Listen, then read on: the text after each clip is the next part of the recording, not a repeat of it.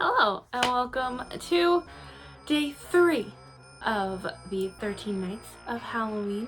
We're in the old setup, which is still kind of being worked on, so excuse the mess in the back.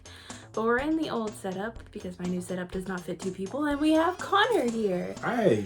So for day 3 of 13 Nights of Halloween, we are doing a Connor recommendation. So he's going to recommend us some spooky books, most of which I probably have never heard of.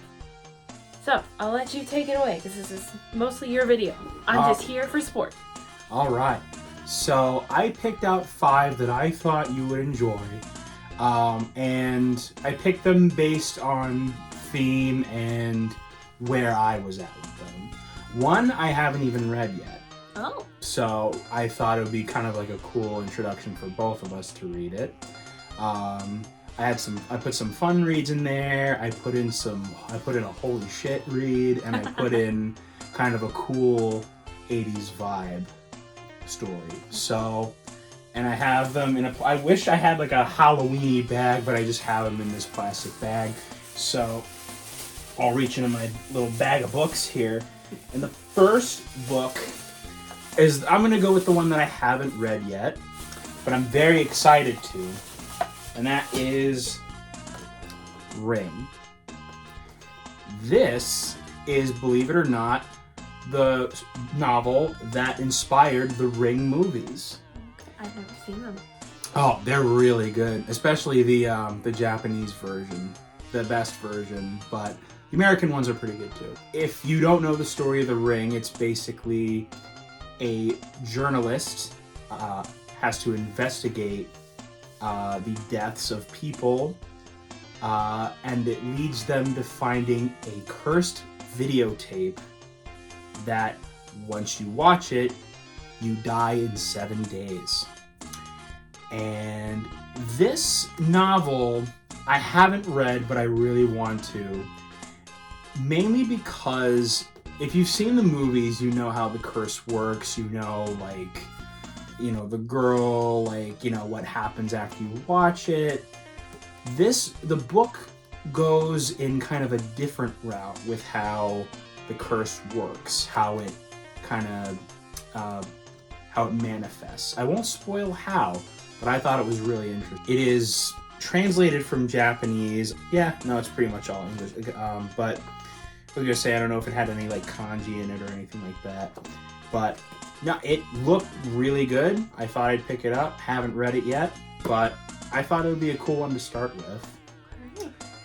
Again, don't have much to say about it because I haven't read it. This is my holy shit read. This is one where it's like, oh my god. It's one of those types of reads.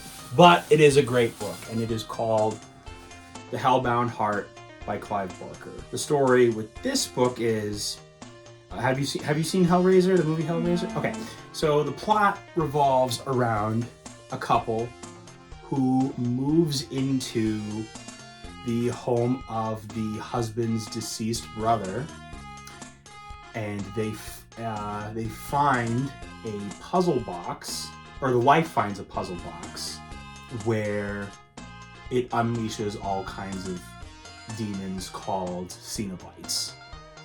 And I won't spoil too much of what else happens, but if you've seen the movie, it's pretty close-ish.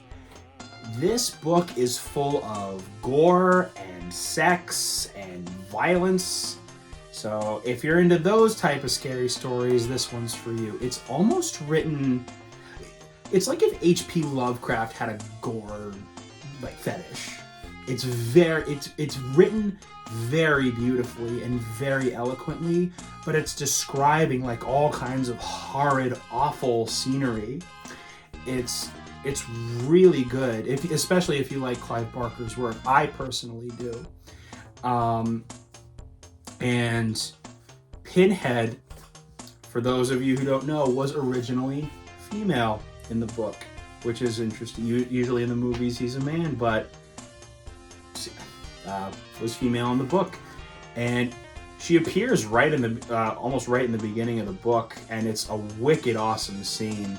The whole book will get under your skin with how gory it is and just all the all the scenery, all the just how it's written, how eloquently it just tells how like people are being ripped apart and like forming from blood on the ground, and just, it's a great book if you're into that type of stuff. Next, I'm gonna do my fun reads. I'm gonna go with my fun reads. These ones I went for like, yeah, just to have a good, fun time with spooky themes. First one I knew immediately I had to pick, and that is the novelizations of Ghostbusters 1 and 2. For those of you who don't know, the original Ghostbusters is my absolute most favorite movie of all time. I can talk about it nonstop. I've seen it more times than I think I've seen Outside. And the novelizations were a lot of fun to read. I absolutely adored them. It even includes deleted scenes from the movie that weren't included. They were written into the book. It adds some other new scenes, some new dialogue, some extra context. They're a lot of fun to read if you're a Ghostbusters fan, or if you just want a fun, spooky read in general. This one, and they're not long either. Like, it's about the length of a novel, and it's novelized both movies. So you could probably get through this in like a day or two, like if you really committed. But I couldn't think of a better fun read than this. Next. I should have seen that one coming. You should have. You absolutely should have. My next fun read, I don't have it physically because I had to read it digitally since I don't own the copy. But I wanted to get a comic book in. Thought about a manga, but you already own like every Junji Ito thing under the sun. So I couldn't pick Junji Ito. However, I decided to go with an interesting pick.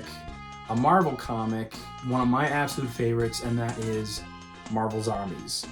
Future editor, if you want to put like a picture of it somewhere in the center. And this comic book it takes place in an alternate Marvel universe where the planet is overtaken by a virus called the Hunger.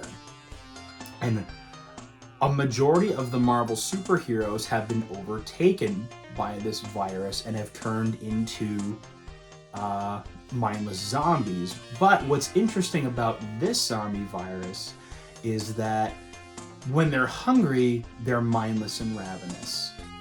But once they've eaten, they're still themselves.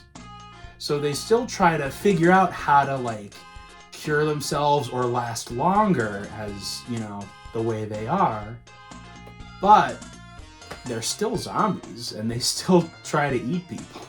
So it's kind of disturbing, that context of like, they're still there consciously, but they're also ravenous zombies. And we get all kinds of cool cameos from different superheroes. There's some cool different contexts that they put in. If you're a Marvel fan, and especially with the new Disney Plus series coming out, you'll have a blast, 100%. My last pick that I was very surprised by. I did not think I'd like it as much as I did, but I thought I'd recommend it anyway. And I thought the list could use a good vampire story. Of course. And that is Bite. To sum up how everything gets started in the story, basically, is the main character is visited by his long-lost high school sweetheart or long-lost high school love, who he hadn't seen in a long time, shows up to his door, and she asks him to help her kill a vampire that's been tormenting her. And she takes him to her apartment, where he has a night that he'll never forget, no matter how hard he tries. Now, I was expecting something, but I wasn't expecting to enjoy it as much as I did. It feels like an 80s anthology story, like you'd see in like maybe like Creepshow or The Cat's Eye, but just elongated into a longer story. And the way it's written like everything's described very like modern day 80s, but everything is it's set up like Dracula. Like the inside the house, there's like chandeliers that are dimly lit and dark corners, and just the way it's written, you feel like you're in the house, like in these tight corners and dark places, and you're just, oh my god, what the hell is gonna happen? And it's, as a vampire story, it's a lot of fun to read, and it's decently paced. The beginning I thought was gonna slog, but no, it gets pretty much right into it. Honestly, if you're looking for a vampire story that's obscure and you've never heard of, or might not have heard of, pick this one up. I really enjoyed it. Alright, is that all 5? That's all 5 All that right. I had. First of all, I love having Connor on here because literally you're so concise with your picks. Like, you know exactly why you're picking them. I love it. Oh, thank you. So, this is day 3. Later on, though, in this series, we are going to be doing a part 2. Oh. We're going to be doing a part 2 to this. Not necessarily with Connor, but I'm going to be reading these books. Okay. I'm going to be reading these books, and I'm going to let you know just how reliable Connor is with his recommendations. I guess we'll see. So that will be later on in the week. If you want to see what else we have in store for this week, make sure to hit that subscribe button and like this video if you liked it. If you like this video, be sure to hit that like button and subscribe if you want to see more from me, as well as Connor and Benson, who are frequent members on this channel. I will leave all of their links down in the description box below, as well as links to my social media if you want to get any more updates from me. But until then, goodbye!